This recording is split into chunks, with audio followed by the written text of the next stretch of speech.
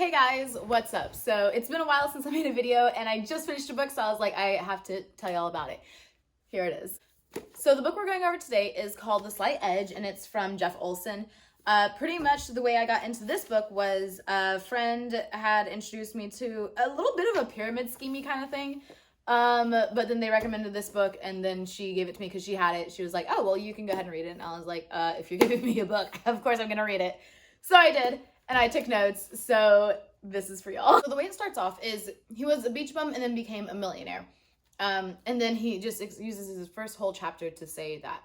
So I'll save y'all that. He discovered that there's lines of success and failure and survival is what he went through. So this is what he was going over basically, are the lines of success, survival, and failure. So a lot of people will go from failure and then they'll come up to start surviving, and then they kind of start dipping down, and they just kind of go over and over like that.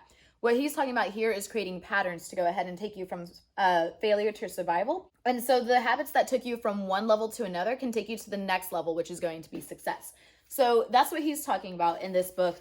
And so if I mention these lines again, this is exactly what I'm referencing. One phrase that was repeated over and over and over, like he ended the book using this phrase, he started the book using this phrase, it was, do the thing and you shall have the power. So that's from Ralph Waldo Emerson. Basically, use the momentum, use doing whatever you need to do, whatever you want to do, and setting those goals to go ahead and keep on achieving what you're going to achieve. He was also saying good and productive habits create success. We'll get into this later in the book as well too, but definitely keep that in mind. Philosophy and habit is really what creates success, because you can have a habit of doing something, but if you don't really have a good mental outlook or, a good kind of view out of it, you're not really going to create much success. So your philosophy is really something that's going to help carry you throughout that. He says, you can learn and practice a skill, but unless you have the philosophy and everything to go with it, you're just going to be running in circles pretty much. So one of the, parables that he was talking about is there's two brothers, and they had their father dying on a deathbed, and his father, was rich and said, hey, y'all can choose between having $1 million or having a penny. And then if you choose the penny, then the butler will go ahead and, double it every day pretty much. One brother went with $1 million. Another brother went with a penny to go ahead and have it doubled because he had read the book that his father had gave him. The father gave it to both the brothers. And it was talking about how pretty much the small things you do add up, like compound interest, basically. One brother, took the $1 million and he was like, okay, I'm going to go ahead and create this business, blah, blah, blah. And then, it's going to create over $1 million. And it did. His business created him 1.5 million, but cost him 1.7 million. So he was out like $250,000. And the other brother chose to go ahead and do 1 cent and then just have it doubled up. And so I think it was like at the end of the month or at the end of some time period, but y'all know exactly what I'm talking about. He ended up with like $10 million. So it's just kind of like the small efforts that are added up will, create giant success. Oh, another one, because we love books here, clearly. He was talking about a shoe shine lady, another parable. So he was saying, he went to go get his shoes shined or whatever, and this lady was doing it. And she was talking about how she wants to put her daughter through college and everything while she's shining his shoes. And he was like, oh, okay, well, I see you read, because you read in between people coming up and saying, hey, shine my shoes. And so he was like, well, what do you read? And she was reading just, more like romance novels or things to kind of pass the time. Not that there's anything wrong with those, but if you use that time to go ahead and you do books that like want to help educate you in different things like that as well, then you'll go ahead and find more success through that, just because of the different things that you're feeding your mind. So that's what he was saying. It's just like small kind of changes like that, like, like changes the types of books that you read. The things that you do to get where you want are going to typically be mundane. For example, he was using Steve Martin and practicing jokes and everything. It's like, if Steve John Martin didn't just wake up one day and he was like, hey, I'm a funny guy and everyone's gonna love my joke the first time I tell it. And not everyone's going to. So you wanna go ahead and, practice, and practice does end up creating success. If you keep on doing it over and over. And what he was also saying as well a lot of the times in the book was you have to double your rate of failure to go ahead and start finding success. Because pretty much the philosophy in that is that if you don't try anything, you're going to go nowhere. He was saying something about Parkinson's law, which is work expands to fill its time available for completion. So he was saying this applies to more than work. For example, money. So, say you have an allotted amount. He's saying, that applies to so much more than just work. So, and I know, because everyone has those coworkers to where it's like there's a simple task, or even if you do this yourself, it's a simple task, but somehow they just manage to take the entire 8 hours to do this one task that could have been completed in like 2, maybe 3. So it's, like whatever your task is, it's going to take up the entire amount of time. He was also saying, though, things to go ahead and master the mundane so you can go ahead and find success. So the things you need to master the mundane, like he was saying with Steve Martin, the jokes and different things like that, are attitude and consistency. Because if you think about it, Steve Martin didn't just go out and then, you know, he was like, oh, like that didn't work, so off to the next thing. No, he practiced at it because he was like, this is something that I'm passionate about. This is something that I know I'm good at. So I'm going to go ahead and keep on doing it until I find success. And he did. So there was that. Attitude and consistency is absolutely huge. He was saying attitude and consistency must be there because the results are invisible, but remember compound interest as well. So it's like the results are invisible, but it's the small things that are adding up over time. You want to be sure that you have in mind what your goal is as well, because without when you lose the attitude of what you're there for, you're going to lose so much more. And he was also saying the 5%. 1 out of 20 people set out to accomplish what they went through small tasks, and what really makes the difference with that 1 and the other 19 is going to be consistency. So consistency or repeated daily actions as well. He was saying consistently repeated daily actions plus time equals inconquerable results. So it's, you know, the things that you practice day in, day out, results are kind of invisible at first until they're at the end. Then you're like, wow, it really came together. It's like working out consistently. This is another thing that he mentioned at the beginning and at the end was plant, cultivate, harvest. You want to create a plan or a plan of action, and then you want to cultivate it. You want to keep those daily habits and everything to keep that action going, and then harvest whenever it's done and it's time to reap the rewards from that. That's what he's talking about with plant, cultivate, harvest. He mentions it so many times in here. Another thing he was saying as well is it's not about having time, but what we do with it. Because today, like again with habits, I could sit there for an hour on TikTok until I get that one video of that guy with a big smile and he's like, hey guys, blah, blah, blah, you've been on here too long. Or I could have used that time to actually finish up the book and shot this an hour earlier. Another thing he was talking about with daily habits was an example he was using a wheel. So you know how whenever you were a kid on the playground and there was that giant, it was like that giant circle and it had those things that looked like this, and but there's multiple and you just kind of spin all your friends on those. So he was talking about those and how, you know, like the first push, it doesn't really go anywhere, but you got to keep on pushing and pushing and pushing until eventually this thing just has so much momentum that it just keeps on going and going and going on its own. Like you can give it some pushes and stuff like that, but it's going like crazy fast at some point, you know? So that's what he's saying daily habits are like. So it's creating those small little forces of momentum every day until eventually like these things are just routine. These things that make a difference in your life, or, you know, they're automatic. And eventually you just have so much momentum, you just can't stop. Oh, and okay, so he used this quote from Christoph Nason. The difficult is what takes a little time. The impossible is what takes a little longer. So I love that quote too, because it's like, yeah, things are difficult and they will go ahead and take some time to finish, but also it's kind of like running the extra mile, you know, you go just a little bit farther, and that's the impossible. You know, it's like the things that people don't really see or don't really imagine themselves doing because they're like, that's just so far off into the distance, and it's really not. So that's also really great. He was also saying to be happy, you need to contribute to small things daily. Things like, you know, the right philosophy will lead to the right attitude, and the right attitude will lead to the right actions that you do. So for me, this is something that like recently, I'm gonna brag on myself here. So recently, you know, I've made friends with a couple of people that were at work, and I absolutely love them because we all have ambition to go other places other than just work. So we all push ourselves on like our goals and everything together, which is awesome. So, you know, we met up earlier today. Chelsea and I met up earlier today, and we went over our goals for the week. Like we started off October with, you know, our monthly goals, and then we're breaking them down to weekly goals and meeting up every Sunday to go ahead and make sure that we start hitting our goals and that we do what we say we're going to do, other than just like at the beginning of every month, like, hey, did you do this? No. Okay, well, let's try next month. You want to be sure that you also have somebody who's pushing you forward in life as well and being consistent with you. He was also saying that there's 5 happiness habits. So the first one is each morning write down 3 things that you're grateful for. You want to write down different things every single day so you have something to be grateful for, some type of gratitude in the morning. Also, these are habits he was saying you don't want to do all at once, but, you know, choose one and then, you know, build on it. So, you know, like after a couple weeks of doing that one, then you can do that one and another one. But if you try to do all multiple habits at once, you're going to just kind of implode on yourself and you're going to end up doing none of these things. The second one is going to be journal for 2 minutes about one positive experience you had in the past 24 hours. So, you know, you wake up and you're like, all right, what's something that was super great yesterday? And then just take literally 2 minutes to journal about it. Like it starts off with a sentence. You could write just a sentence, But the reason he says 2 minutes is because you want to truly be grateful and give as much detail and description as you can as well. Because it's the smaller things that you notice that really do make the biggest impacts in life. The third one he was saying is meditating daily. This is something that I know Chelsea has adopted, and she says really helped her. Realigning what you want, where you are, and how you're going to get there, kind of. At least is what I think kind of meditation is.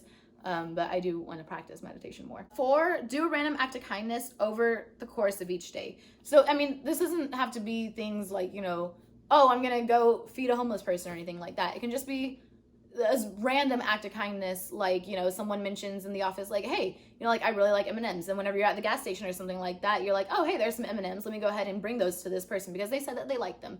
And it's small things that you do that also impact other people's lives that really do make a difference. And the 5th one is going to be exercise for 15 minutes daily. Whether you get out and have like a walk or a jog, or you're lifting weights, or, you know, whatever, small things like that, that really also does make a difference in your like health and how you feel and how you present yourself to others as well. He was saying in order to move on the upward curve, you have to take responsibility, and remember, don't complain about what you allow.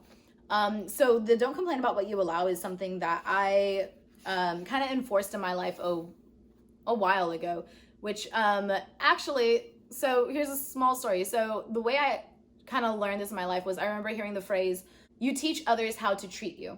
So I was actually chaperoning on my brother's field trip with my mom, and, you know, there was a bunch of my brother's friends. We're all very similar in age, and, you know, I had just graduated, so we usually all goof around, but this time I was like, I'm y'all's chaperone, so, you know, like, it's a different thing. And one of the guys had, you know, tried to like bring me in for a hug, and, you know, like, you know, just like a big old bear hug and stuff like that. And I was like, I don't want the other students thinking that that's okay, so I'm not going to allow you to do that. You know, like, it's nothing personal. It's just, this is how I want the other people to treat me. So you also have to fall into that. You are not an exception.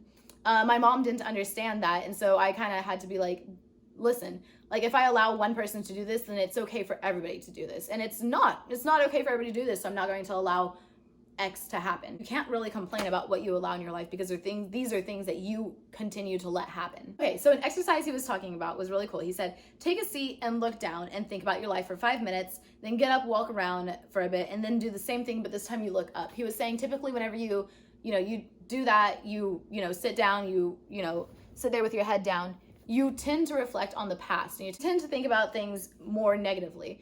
But whenever you stand up and you go ahead and take that walk and everything again, and you sit down and you look up, you tend to think about the future, and you tend to think about things in a more positive kind of light. So it's also, just noticing the slight action. So then also he was saying that mastery is in the act of setting your foot on the right path.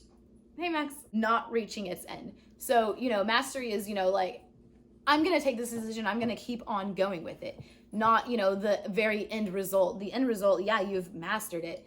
So, like, that's great, but without that first step, you wouldn't have gotten there. Another thing he was saying as well is, of high school grads who didn't go to college, 58% of them never read a book again. And so those also do make up a lot of the 95% of people who are more of the mediocre, is what he was saying. So for me, I can't imagine not reading a book after high school, because I loved books. I got more into them definitely senior year. If y'all want that whole story, like, y'all can definitely, I'll create a video on that, just let me know. It's not just, not reading books, but it's not wanting to go further to educate yourself anymore than you already have. Another thing that he was saying is, it's a philosophy kind of riddle, and it's, 5 frogs are sitting on a lily pad and one decides to jump. So how many frogs are there left?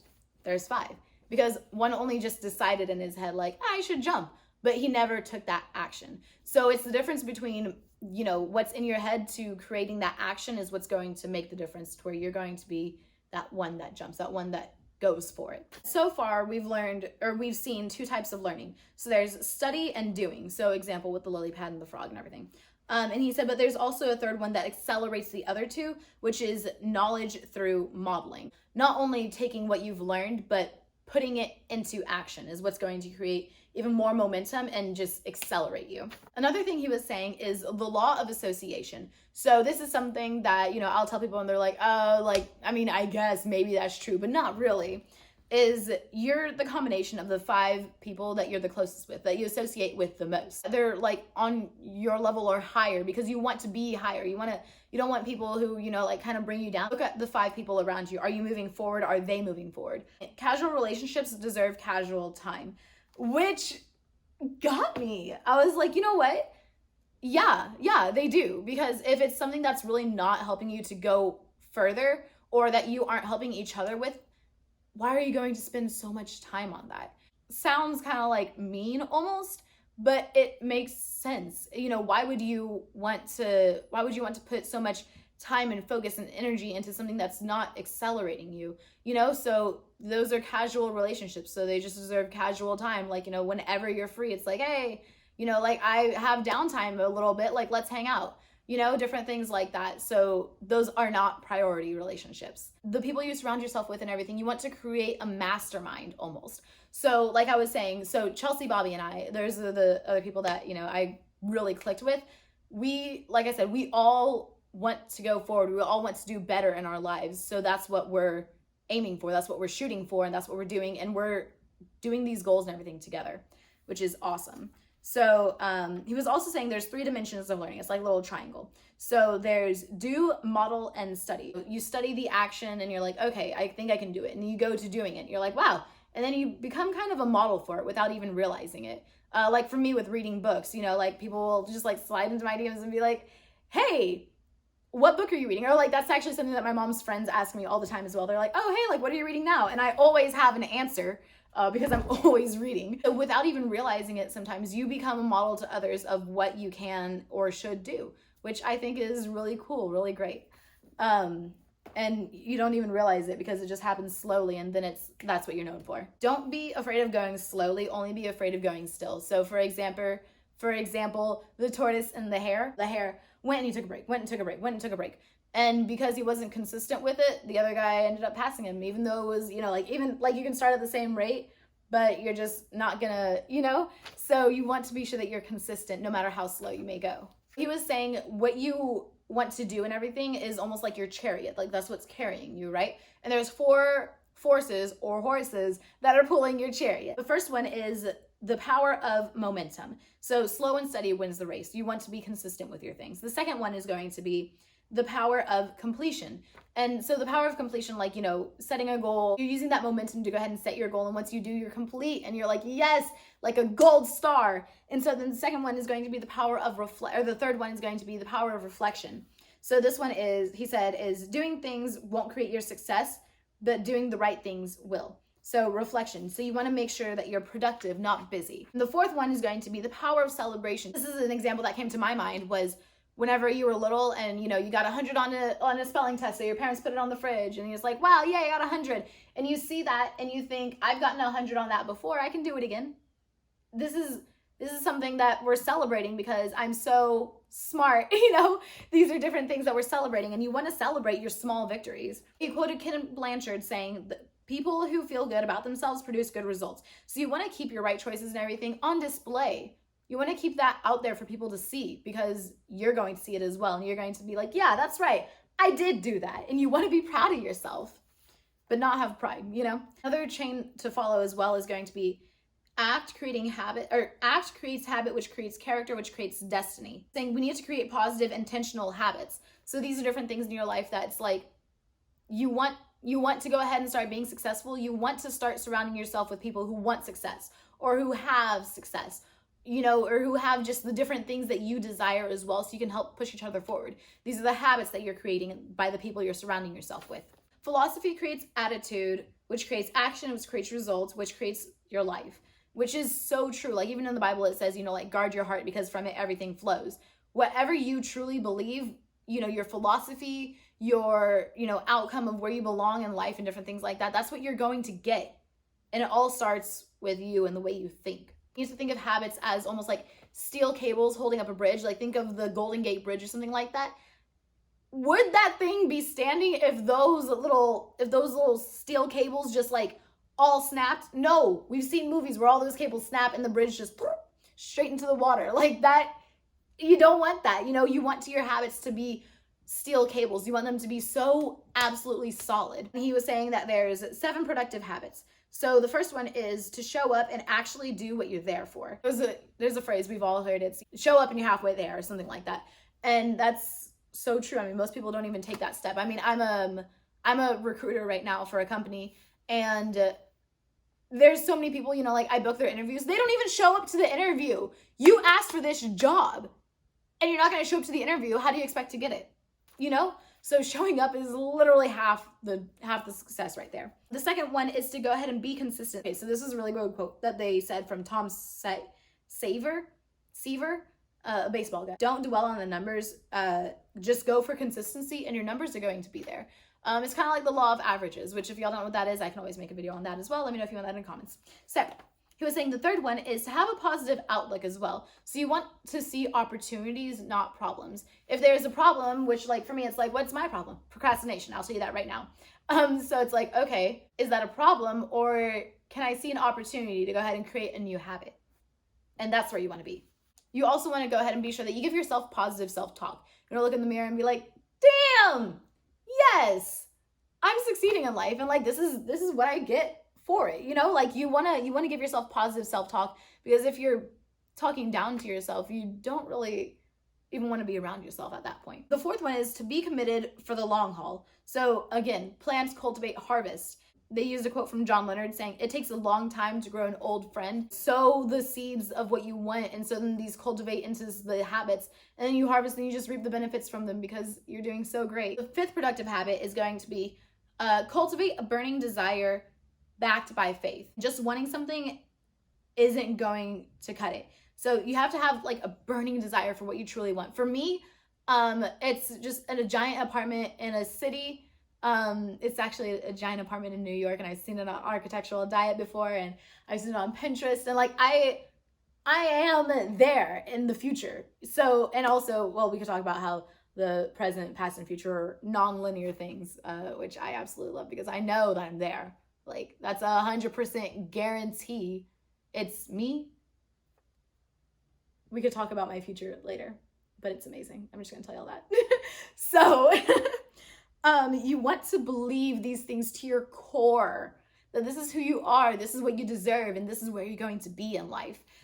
So he was talking about that, and you have to have that burning desire backed by faith that you're going to be there. The same idea is also in Think and Grow Rich, where you have to have desire backed by faith. Like it's in so many books that you can't ignore it at some point. The sixth habit is be willing to pay the price. With that, you know, he was saying, oh, people are going to be like, oh, I knew there was a price. I knew there was something I had to do. But it's not really a price if you think about it. It's giving up the negative things that are holding you back to go ahead and go for something greater, which, I mean, is that even a bad price to pay? No.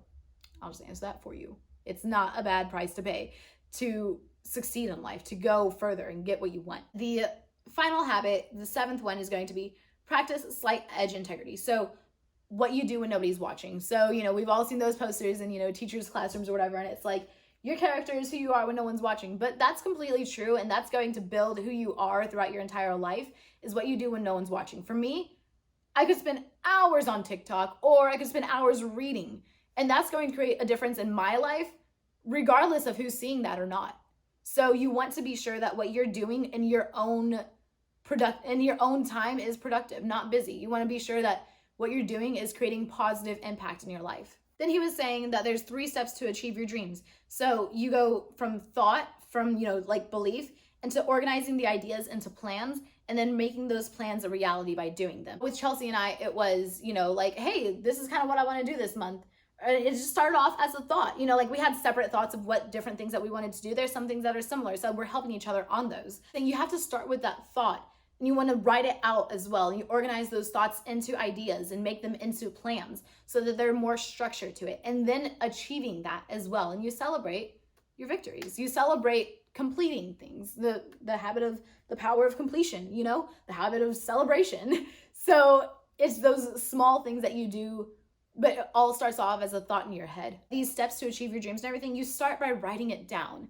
Guys, there's so much power in writing things down rather than just putting it on a computer. First of all, you memorize things better typically because, you know, you're writing it down. Like, this is you. Pick a dream you have, like literally anything.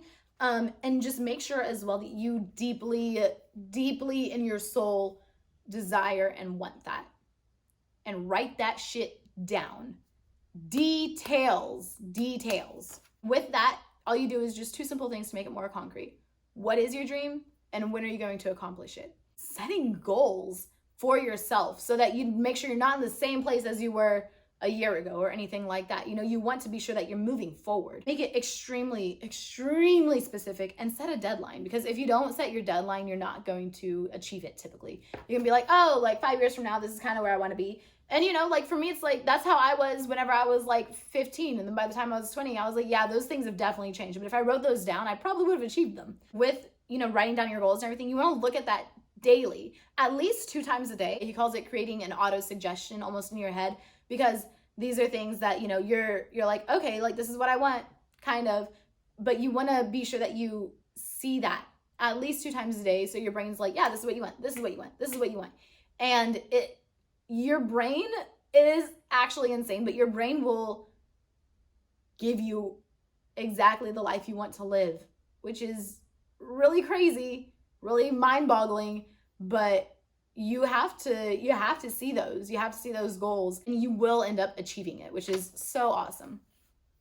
So, auto-suggestion. So what he was saying with your plans and everything is you have to start with a plan. But the plan that you start with isn't going to be the plan that gets you where you need to be or where you want to be, but it's your action step. That's your baby step to go ahead and keep on going further. So the whole point of that is that you want to get started. So at least make a plan of, you know, like, hey, this is where I want to be. And, you know, you create your action steps and everything to get there. It may not be the same plan that takes you where you need to be, but it's a plan that took you in the right step, in the right direction to where you want to be. The point is to get started, and philosophy is going to be what takes you to the next plan. These are the things that you want to make sure that you make your dreams and your plans on and give yourself the slight edge on. Would be health, happiness, relationships, personal development, finances, career, and an impact on the world. So I guess cute little story to end the video would be, I remember I was at, like it was a community college or whatever. I'm just walking to class, and this Mormon girl comes up to me. She goes, hey, what do you think the point is of life? Trying to be like, the point is my religion. But I told her what I thought. My answer went something along the lines of, our point to live here is to create not only a better life for ourselves, but a better life for other people, and to leave an impact on that, other than, you know, you kind of wasted your time. And but I said it more elegantly. But you want to be sure that you create a positive impact on the people around you. Not only just the people around you, but you want to be sure that you are a positive impact on yourself. So that is pretty much the slight edge summed up. And it's really cool though. So, oh, I still have my plane ticket in here. I read this on the plane. So, you know, there's the end as well, where he's like, where it goes from here. It's also really cool because they also have, you know, like things that people who've read the book, personal stories from slight edge readers, which I'm going to be honest, I did not read because I was like, okay. And there's also the essential points from every chapter because he is very long-winded. Where to go from here? So you want to do your simple daily actions. Make sure you're doing something daily. Spend a high quality time with high quality people. Basically give yourself the slight edge. Give yourself that advantage to move forward, that advantage to do more in life. Thank y'all for joining me, and next week I'm going to be finishing up Never Split the Difference, so tune in for that. I'll talk to y'all later, guys. Bye.